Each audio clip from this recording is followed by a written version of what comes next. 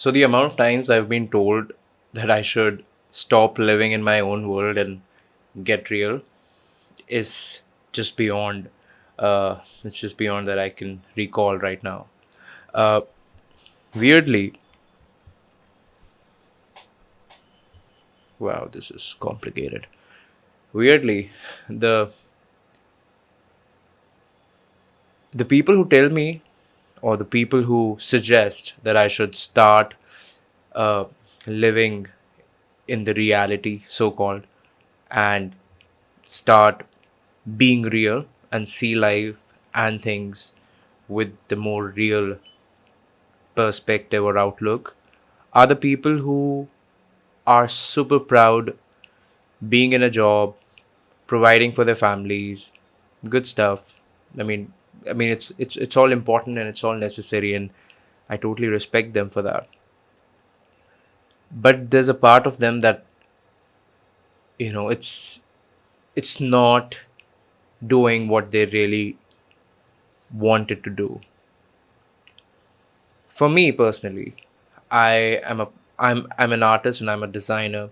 I do freelance gigs, and my life has been like that, more or less. I just worked one job, that too in the very beginning of my career for 6 months straight, and that was the first and the last job I did. I decided I cannot do that. No, no hate or no diss towards any kind of job. Jobs are important and all that stuff, but for me, that just didn't work out. I couldn't see myself doing that for rest of my life, or trying to translate my creative skills or my artistic abilities into what my job required me to do for rest of my life. I wanted to do a lot of things, and for that very reason, I just switched to a more free life, that is, doing more freelance gigs. Now, doing my freelance thing and being able to live a fairly decent life, it's not that I've got a lot of business happening for me. It's just that I live a very basic life. I don't have a lot of expenditures. I don't indulge in a lot of expensive fun things.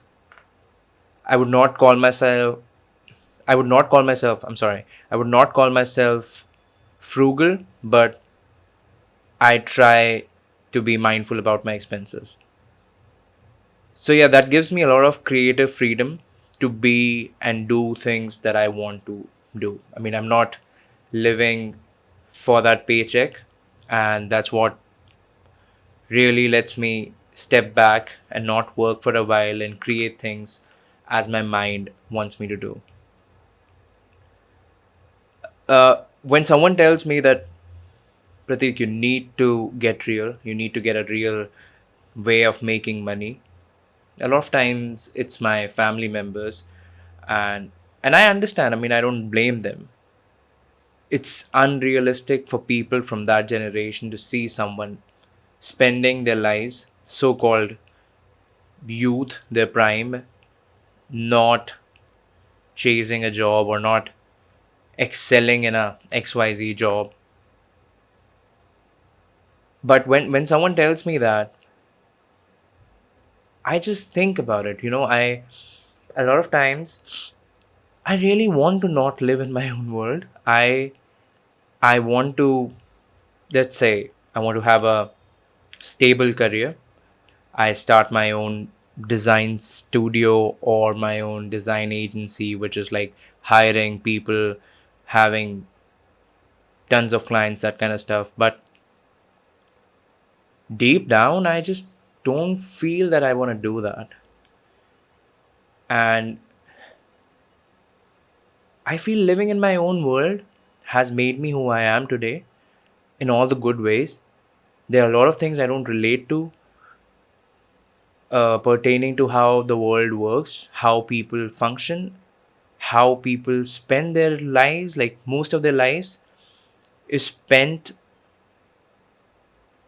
doing this job, providing for their families. starting their families without being mentally prepared for how it's going to be, bringing in a new life to this world, and then ruining that life, and then starting another cycle of traumas and sadness and all that stuff.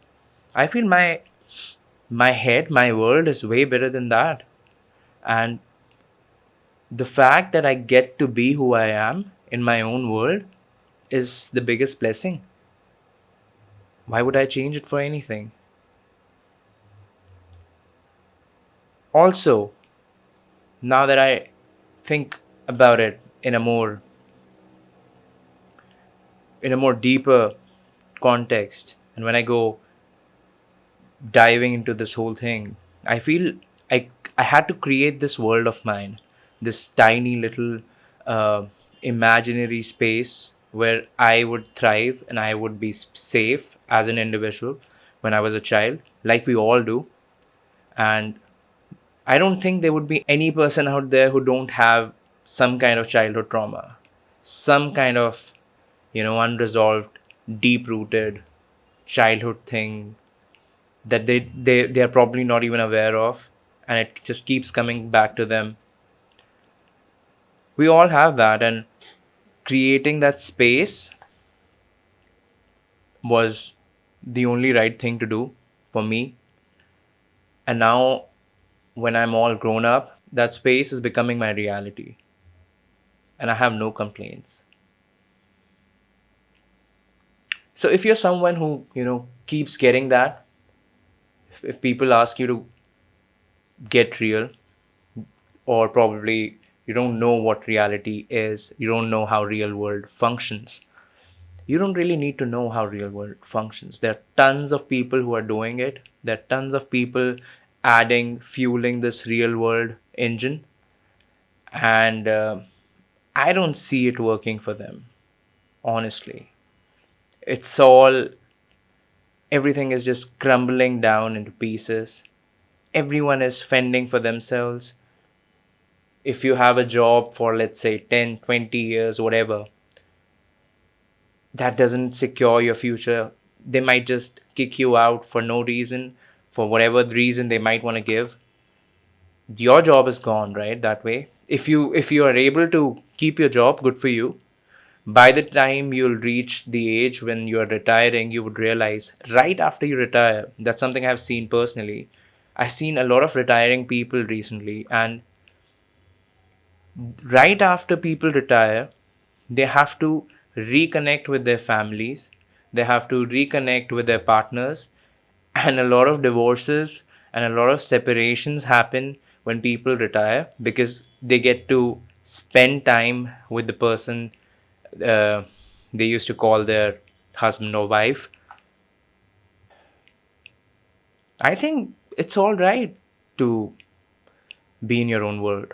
It's all right if that world does not harm you, if that world is helping you thrive. Do not do not give up on that. Do not give up on your world. This is a simple tip that I would like to give you. No reality is worth giving up that tiny little world of yours. And reality is, again, there's nothing like reality. None of it is real. The things that are running this world, the governments, uh, economy, everything is fake. It's all man made. And I don't know. I don't trust things that easy. And with everything, right? We had COVID and everything. We saw how healthcare is so all over the place. We saw how governments are all over the place. We saw how literally everything that runs the society is just makeshift. If like these governments are just making things work however they can. So I mean that if that's kind of reality, if that's the kind of reality you feel should be yours, then go ahead, be my guest, slip into that real world. But if you if you think you have a bigger, broader intellect, thought process, then let it be. Be in your world. Enjoy it, cherish it. Don't be conflicted by the idea of uh, your world is not good enough, or your world is imaginary, or life does not work like this. You got to get into the real world. It's all bullshit.